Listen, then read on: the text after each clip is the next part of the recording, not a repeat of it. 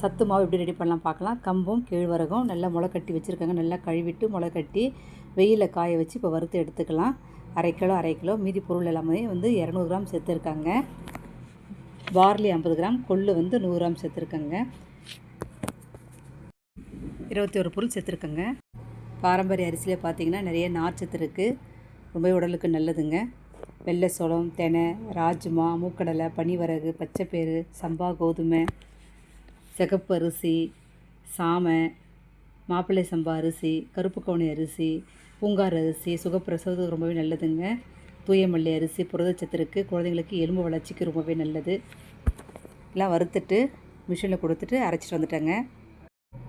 1 spoon மாவு போட்டு ஒரு 1லேருந்து 2 கிளாஸ் அளவுக்கு தண்ணி சேர்த்து நல்லா கலந்துட்டு அப்புறம் ஸ்டவ்வில் வச்சு ஆன் பண்ணிவிட்டு 2-3 நிமிஷம் நல்லா கொதி வந்தால் போதுங்க. நம்முடைய கஞ்சி வந்து ரெடி ஆகிடும். இது கூட நம்ம பால் ஊற்றி கலந்து சாப்பிட்லாம், இல்லை உப்பு போட்டும் கலந்து சாப்பிட்லாங்க. ரொம்பவே நல்லாயிருக்கும். நீங்கள் ட்ரை பண்ணி பாருங்கள். அரைச்ச மாவு எல்லாத்தையுமே வந்து பேக் பண்ணிட்டேங்க சேல்ஸுக்காக. ரொம்பவே சூப்பராக இருக்குது மாவு. நீங்கள் இது மாதிரி ட்ரை பண்ணி பாருங்கள். இந்த வீடியோ பிடிச்சிருந்தால் ஒரு லைக் பண்ணுங்கள், ஷேர் பண்ணுங்கள், சப்ஸ்கிரைப் பண்ணுங்கள். தேங்க்யூ.